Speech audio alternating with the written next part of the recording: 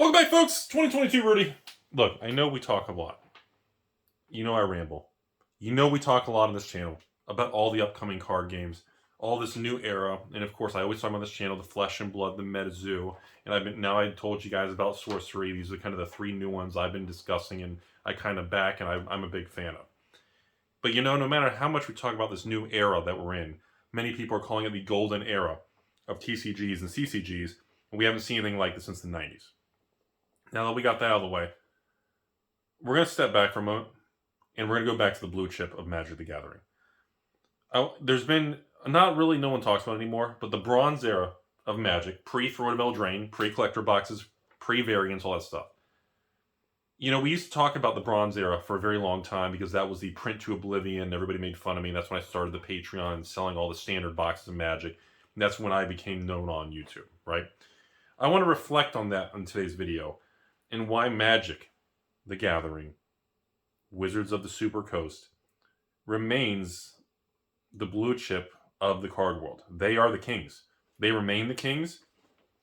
And I just want to give you data. Okay? So looking at it, let's just start with Core 2019, Core 2020, Core 2021. Now Core 2019 and 20 are Bronze Era. 21 is Flash Era, Collector Box, everything. Well, Core 19 and 20 are both about $140 each per box. All prices in this video are quoted in English pricing, not the foreign boxes, not Chinese, Japanese, Russian, Spanish, just English boxes. Include shipping that I pulled online, but do not include tax for most people, so keep that in mind. You got core set boxes, 2019 and 2020 at $140 a box. War of the Spark, holding strong, $160. $160. And that sucker's, it's probably going to have its next leg up to $200 any day, and I'll make a follow-up video. Then we go over to the old Ravnica, when I used to say the return to Ravnica. Remember all that? Guilds of Ravnica and Ravnica Allegiance. Both averaging $150 a box. Feels like yesterday. I'm saying it feels like yesterday. We talked about that. Okay? Dominaria, Dominatrix. $250 a box. You know, I remember when that got cut off abruptly and all these patrons cursed me out and closed their accounts because I couldn't sell more Dominaria. And I said, look, and I remember sending a message out to patrons saying, look, if you haven't bought it from me when I had it available for the 6 months or whatever it was, you need to go on the open market and buy it today. And yeah, I know it's not going to be $80 Rudy price, but I remember telling people, even at 90, 100, 110, you need to buy Dominaria. And people were just like, oh, yeah, I'm going to wait for it to cool off and retrace. I'm going to wait for the pullback. I'm going to buy the dip. The bubble, you know. And then it went from 110, 120 to 140, 150. Then back to 140. Then 170, 180. And now again, Dominaria is averaging $250 shipped for English, not including tax. And you know, I look at all this stuff. And you know, it reminds me, no matter how much we get excited and all these things in this era we're in, Magic remains the king of the universe when it comes to cardboard. You may not want to hear that. I kind of feel dirty saying it, but they remain the king by everything. Market cap, volume, quantity of boxes, player base, they remain number one. There's a lot of people getting them run for the money, and I'm pulling for a lot of them. But at the end of the day, that's where it's at. Even when we cross over to the new flashy era that started with Throw-to-Veil Drain, folks, in 2019, or the end of 2019. Throw-to-Veil Drain, $130 just for the draft box. $130. And that pretty much launched at the end of 2019 into 2020. It's only been 24 months. And those were $80, $90, I'm sorry, they were $90 in the open market. $80 to patrons. I'm sorry, $83 at the time, I think, or $82.50. I don't remember what I was selling. And here we are, $130. And that was a flashy product with collector boxes. No set boxes yet, no commander decks with it, but they had collector boxes. And then I jumped back to that bronze era, and I always shake my head at the Ixalan block. The most disruptive, bankrupting thing next to Hour of Devastating Your World. That block was just dirty. It's a shitty time. And I had a conversation with patrons, or a patron, a few days ago before I filmed this, And he was like, Rudy, I've been quietly buying like one Rivals of Ixalan box a week for months. I was like, okay, that's cool. We get 20, 30 boxes. It's a nice little position.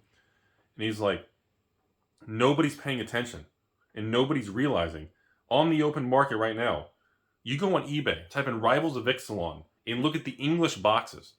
There's nothing left. There's not even, I don't even think, as of when I filmed this video, I couldn't even find 30 boxes of Rivals of Ixalan on eBay. And that's going up to $400 a box. Same thing with Dominaria. You couldn't even buy 10 cases of 60 boxes of Dominaria in the open market if you wanted to. It's fucking crazy, folks. And I know we don't cover a lot of this because it's not fast moving to the moon 10x, and those days are over. We're still coming off our high. We talk about that. But the Goliath, that is magic.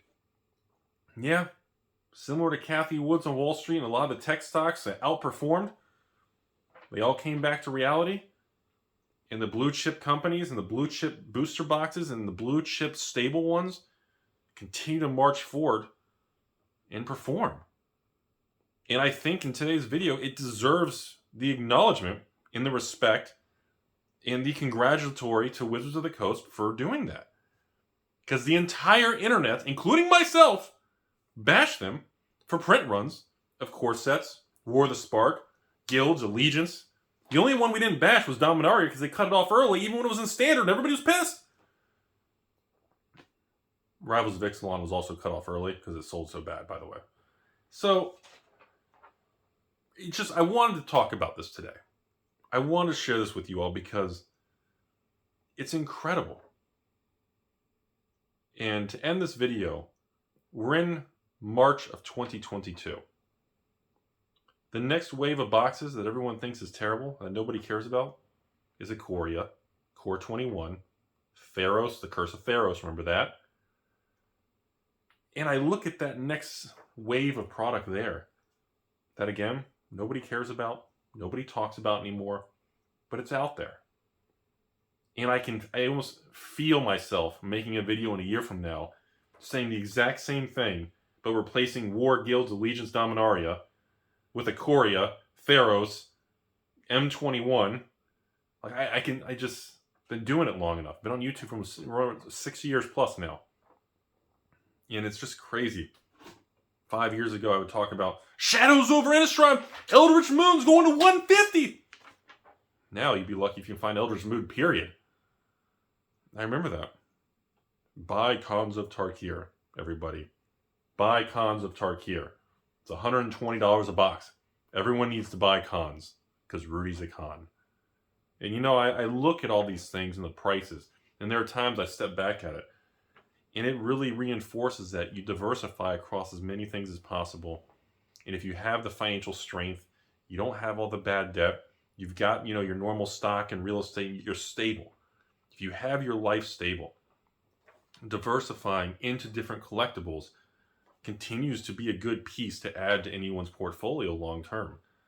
If again, you can afford it, you're stable, you can safely store it, you know what you're doing, and of course that you can actually stand the test of time and hold the product and do what we talk about, which is you have to be patient. You have to wait. All these things we're talking about are 1, 2, 3 years ago. You have to wait. Rivals of Ixalan is actually probably 4 years now. You gotta wait.